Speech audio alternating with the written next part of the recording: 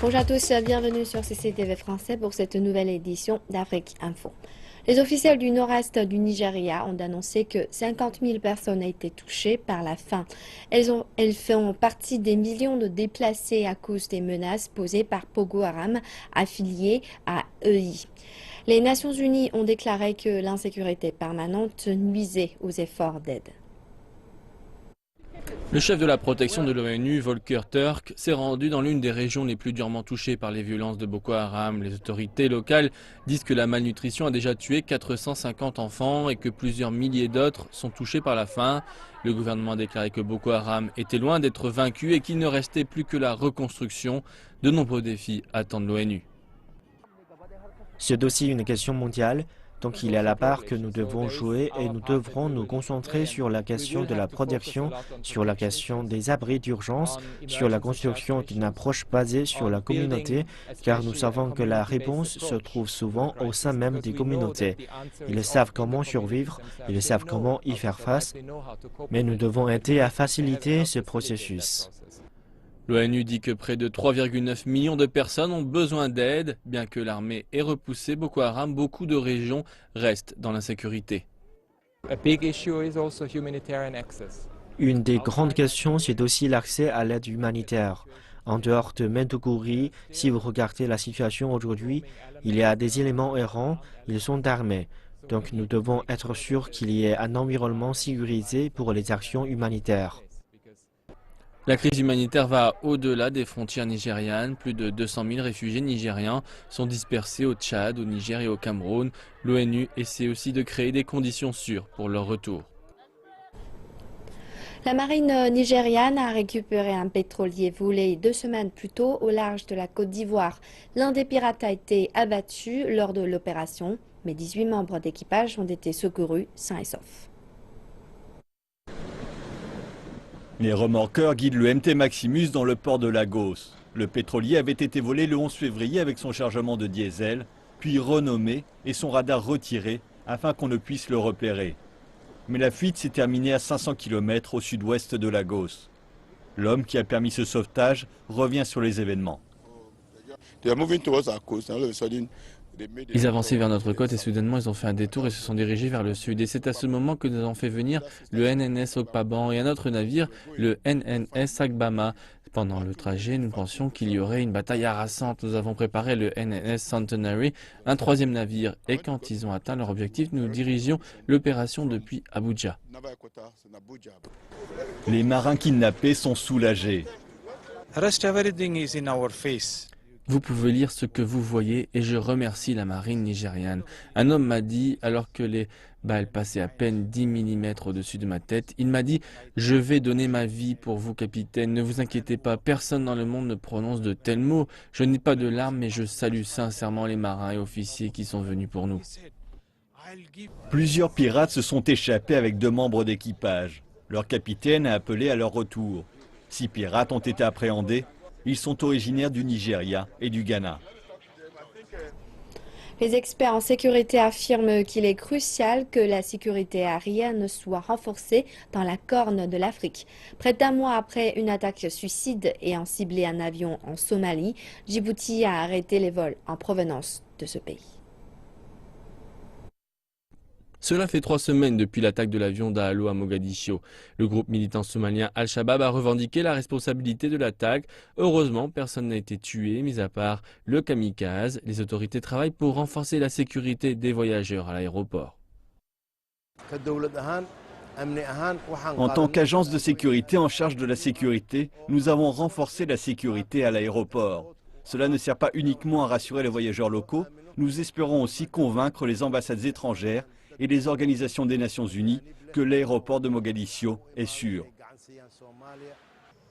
Il y a eu toutefois des conséquences depuis l'attaque kamikaze. Djibouti a interdit tous les vols venant de Somalie par précaution et d'autres pays pourraient suivre. Les experts disent qu'il ne s'agit pas juste de la Somalie, la menace concerne les aéroports dans la région et au-delà. Les menaces posées par les militants sont réelles. Nous avons vu cela quand un avion a explosé à Tcharmetchek. Également quand une bombe a été découverte au Yémen. La menace est toujours présente. Pour les pays de l'Est et de la Corne de l'Afrique, il faut améliorer la sécurité dans les aéroports.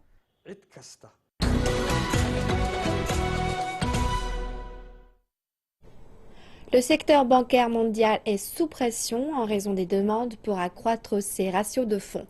Nombre de banques examinent soigneusement leurs activités et lignes de produits secondaires et soit les vendent, soit ferment des départements. Barclays PLC évalue ses activités et plus spécifiquement, comme des sources le suggèrent, ses opérations africaines. La banque garde cependant le silence en amont de sa présentation annuelle le 1er mars. Mais plusieurs scénarios pourraient se dérouler. Ils pourraient simplement vendre une part de leur participation à 62% dans Barclays Africa et la réduire à 50%. L'avantage de cela est qu'ils garderaient le contrôle tout en réduisant leur participation en Afrique. L'alternative est de vendre la totalité de leur participation à 62% ou la moitié de celle-ci. Un problème auquel sera confrontée la banque basée au Royaume-Uni si elle décide de vendre la totalité de sa participation sera du côté du régulateur local. Ils devront obtenir l'approbation de la banque de réserve et ensuite, celle-ci devra approuver l'acheteur. C'est très important à comprendre en ce qu'au niveau mondial, les banques centrales ne voudront que des actionnaires très forts pour leur banque. Et sans compter que tout acheteur potentiel devrait voir dans l'Afrique un moyen pour un jeu à long terme, partant du principe que le cycle des matières premières va bientôt s'achever. Il est improbable qu'un acteur qui viendrait pour remplacer Barclays essaierait de réduire ce qu'il a. Il essaierait d'acheter parce que, comme Absa, il aime l'Afrique du Sud, et donc il ne changerait rien. En fait, il voudrait fort probablement l'améliorer et obtenir plus d'entreprises et de transactions communes allant de pair.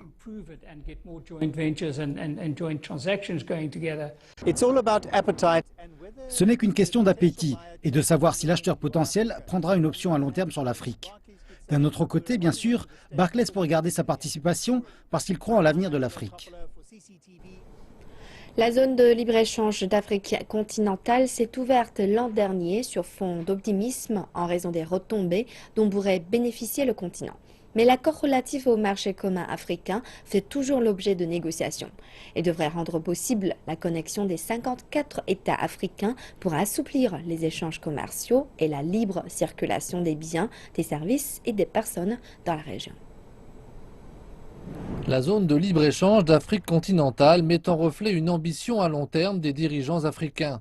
C'est en Égypte qu'a eu lieu la signature de la doctrine pouvant aboutir à l'unification en 2015 des 3 blocs économiques du continent africain. Mais il reste encore de nombreux défis à relever pour que ce projet ambitieux voie le jour. Comme nous manquons de réseaux reliant d'est à l'ouest les pays d'Afrique et le continent, il nous faut les créer. Aéroports et lignes de chemin de fer peuvent être réalisés. Nous devrions utiliser le Nil pour relier 9 pays africains. Il faut que l'on prépare les infrastructures.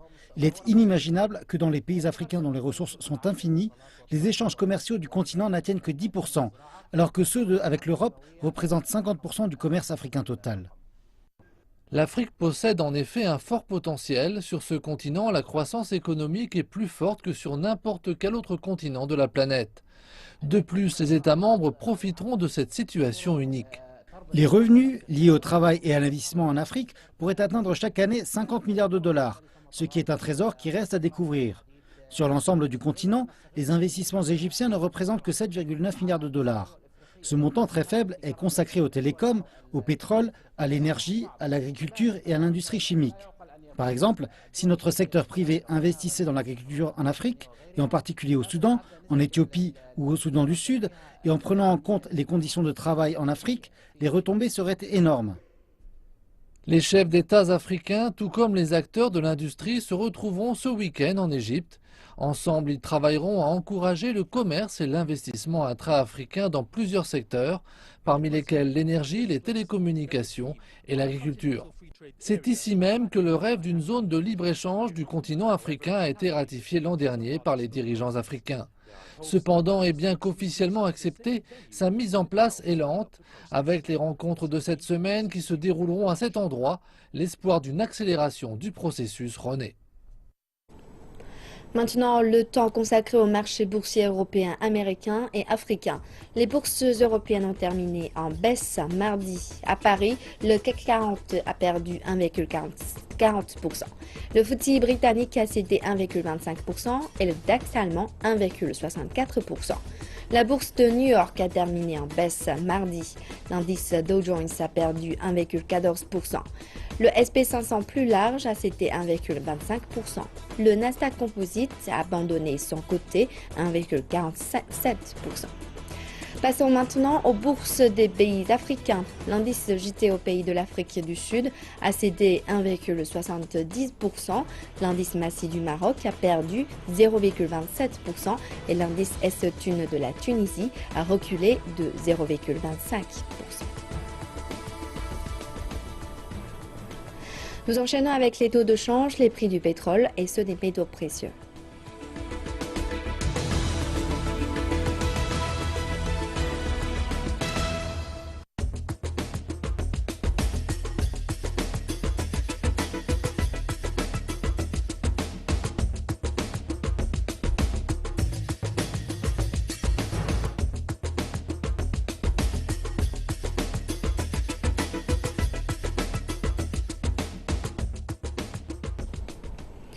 Le Zimbabwe risque de se retrouver sans électricité car la baisse du niveau des réserves d'eau du barrage hydroélectrique de Kariba menace la production. La Société d'électricité du Zimbabwe a déclaré que la production énergétique pourrait s'arrêter d'ici 6 mois, à moins que la pluviométrie augmente significativement. Le niveau d'eau de la plus grande source d'énergie du Zimbabwe ont baissé de 477 mètres à peine 1,65 mètres au-dessus du seuil minimum nécessaire à la production d'électricité. Cela représente le niveau le plus bas enregistré au barrage depuis la pure sécheresse qui a touché le Zimbabwe en 1992. La baisse des réserves d'eau a déjà entraîné une diminution de la production d'électricité à Kariba de 750 MW à 285. Les faibles niveaux d'eau aggravent une situation déjà déplorable et menacent la relance des secteurs industriels en déclin. De plus, pour que le Zimbabwe puisse attirer de nouveaux investissements, un approvisionnement fiable en électricité est primordial. How do you do so? When you've got your limited resources, your limited power. Que faites-vous quand vous avez un apport limité en énergie? Le ministère de l'Énergie et du Développement énergétique essaie de sous-traiter la production énergétique et d'avoir des centrales électriques et thermiques privées. Cependant, ces solutions ne sont applicables qu'à long terme. ZESA a indiqué que son plan pour éviter cette crise imminente est d'importer 300 MW d'électricité de l'Afrique du Sud et 40 MW du Mozambique. Aujourd'hui, la demande d'énergie du Zimbabwe est de 2200 MW par jour. À l'heure actuelle, les centrales thermiques et hydroélectriques produisent 1355 MW d'électricité. L'année dernière, le projet d'expansion de la centrale hydroélectricité de Kariba Sud a été commandé et sera réalisé par la société chinoise Sino Hydro Power. Ce projet, qui s'élève à 533 millions de dollars, contribuera à accroître la production énergétique de 300 MW d'ici 2018. L'Afrique du Sud continue de subir les pires sécheresses en 30 ans. Les fermiers peinent à s'approvisionner en eau et en nourriture pour le bétail qui meurt en masse. Heureusement, des organisations sont là pour essayer d'améliorer leur sort. Ce fourrage est destiné aux régions d'Afrique du Sud touchées par la sécheresse. Karl Weishuizen est l'un des milliers de Sud-Africains qui soutiennent une initiative communautaire appelée Hope Grass Project. Avec des amis et des voisins, Karl collecte des tonnes d'herbes coupées à envoyer aux fermiers. Faire une chose positive pour mon pays et pour mon peuple, et aider les fermiers qui souffrent et aider à sauver les bêtes. Au lieu de jeter l'herbe que vous coupez, donnez-la pour les animaux. Les Sud-Africains ordinaires répondent à la crise en établissant des points de collecte dans différentes zones urbaines. Ces tas d'herbes coupées seront compactés et distribués aux fermes les plus touchées. Ce que les gens peuvent faire, c'est déposer leur herbe le jour où elle a été coupée sur les sites prévus à cet effet. Elle sera reçue par nos employés et séchée sur ces emplacements. C'est l'un de nos plus grands sites à Pretoria. Nous traitons entre 5 et 8 tonnes d'herbe coupée par semaine. Ce n'est pas seulement le problème des fermiers, ce n'est pas le problème du département de l'agriculture du gouvernement. C'est quelque chose qui affecte chaque citoyen d'Afrique du Sud. Ce projet fournit aussi une plateforme où les Sud-Africains peuvent se réunir ou s'unir derrière nos fermiers et apporter leur contribution. La distribution d'herbe n'est qu'une mesure temporaire, mais pour Agri SA, c'est déjà quelque chose. Pour nous, c'est une expérience formidable, cette distribution de fourrage aux fermiers. Nous sommes allés dans le Free State la semaine dernière et avons donné ce que nous avons recueilli aux fermiers noirs et aux fermiers blancs, aux petites exploitations et aux grandes. Et c'est formidable de voir à quel point cela leur a redonné l'espoir. C'est l'un des secteurs les plus importants de la société. C'est de la production de nourriture qu'il s'agit. Les agriculteurs d'Afrique du Sud attendent la saison des pluies en cette période de sécheresse terrible qui frappe au moins 5 des 9 provinces du pays. Parmi les zones les plus affectées, la province Nord-Ouest. Heureusement, les bénévoles partent à leur secours. L'Afrique du Sud est connue pour son industrie viticole. La récolte est en cours dans la région du Cap où c'est aussi l'occasion d'un grand festival.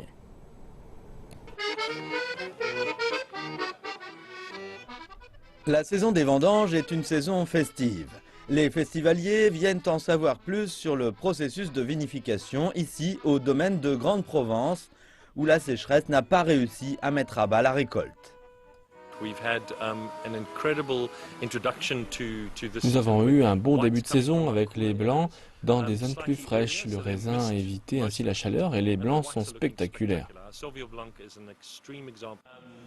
Des dégustations et tout un tas d'activités ont lieu pendant le festival.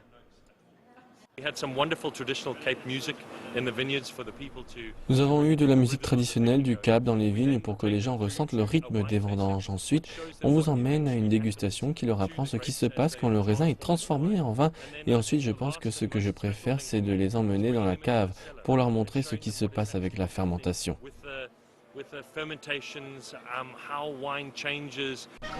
Aujourd'hui, nous allons fouler le raisin. C'est la première fois et c'est super. Je pense que je pourrais venir ici tous les jours pour faire ça. C'est comme jouer avec du papier à bulles, c'est fabuleux, c'est comme la réflexologie, c'est fantastique. C'est vraiment pas banal, très thérapeutique. C'est un peu comme du caviar qui éclate sous les pieds. C'est vraiment exaltant. Ça fait du bien, c'est froid, ça chatouille et c'est bon le long des jambes contre les fruits avec le jus qui sort. Et voilà, maintenant, vous aussi, vous savez faire du vin.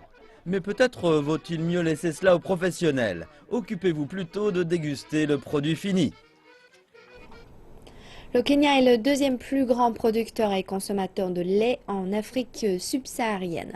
Ce secteur connaît une croissance rapide et contribue pour près de 4% au PIB du pays. La production de lait a doublé au cours de la dernière décennie. Cependant, il y a eu très peu d'améliorations dans la méthode agricole au cours des 25 dernières années. Certains agriculteurs cherchent de nouveaux moyens pour améliorer le rendement. Les Kenyans adorent leur lait. L'Organisation mondiale de la santé dit qu'en moyenne, ils boivent 100 litres par an. Mais comme la plupart de l'industrie agroalimentaire du Kenya, le secteur laitier est encore largement sous-développé et cela résulte en une faible production de lait, à des maladies et à un forage de mauvaise qualité. Au niveau macro, l'industrie du lait contribue pour 14% du PIB agricole. Peter Matenge possède une exploitation dans la région de la vallée du Rift où presque 60% du lait du Kenya est produit. Il se nomme lui-même un exploitant urbain avec ses vaches sur un terrain de 15 par 22 pieds dans la ville de Nakuru. Ces vaches produisent une moyenne de 35 litres de lait par jour car il les relaxe et les divertit avec la télévision et de la musique. La musique et les activités comme la télévision apaisent l'esprit des animaux. Donc ils ne sont pas stressés, ils ont plus de confort. Avant, les vaches produisaient entre 27 et 30 litres de lait par jour. Mais quand j'ai mis en place le système de musique, la production de lait a augmenté. Cela semble inhabituel, mais ce n'est pas une nouvelle idée. Des chercheurs à l'université de Leicester ont découvert que les vaches exposées à de la musique relaxante produisaient 3% de plus de lait. Peter soutient cette méthode. Il dit que sa production de lait a augmenté car en plus de les relaxer, ces vaches profitent d'un bon confort avec des tapis pour dormir et 2 techniciens gardent leurs environnements propres tout le temps. Ils leur donnent aussi du fourrage à haute teneur en protéines 3 fois par jour. Elles commencent à avoir à manger à 6 heures du matin. Après, c'est l'après-midi. Et enfin, à 8 heures le soir, elles ont à manger selon leur poids. Si un animal fait 500 kg, il faut 10% de son poids en nourriture. Donc on lui donne 50 kg de fourrage par jour.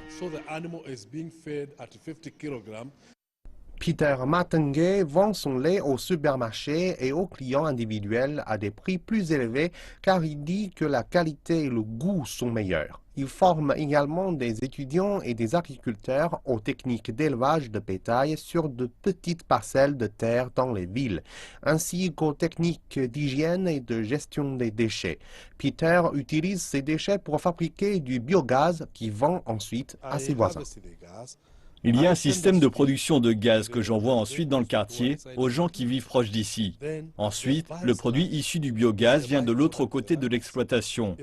C'est à partir de cet endroit que je le récupère et que je le redistribue aux fermes alentours. Et par ailleurs, je peux cultiver des céréales et du maïs. Les résidus des déchets sont réutilisés comme herbicides dans sa ferme où il cultive et préserve son propre fourrage. Aujourd'hui, Peter conseille les universités, le gouvernement et les exploitants locaux en leur montrant comment mettre en place de nouvelles normes en matière de production et de santé. Le lait continue à être l'un des secteurs à la croissance la plus rapide au Kenya. Aujourd'hui, les investisseurs font la queue pour donner de l'argent dans l'industrie laitière du pays avec des millionnaires comme Dangote du Nigeria qui cherche à produire du lait en poudre et d'autres produits laitiers pour les marchés locaux et l'exportation. Les experts pensent que le secteur doublera sa croissance dans les 10 prochaines années, mais uniquement si les exploitants grandissent avec. Voilà, c'est la fin de cette édition d'Afrique Info. Merci de l'avoir suivi. Excellent programme sur CCTV français.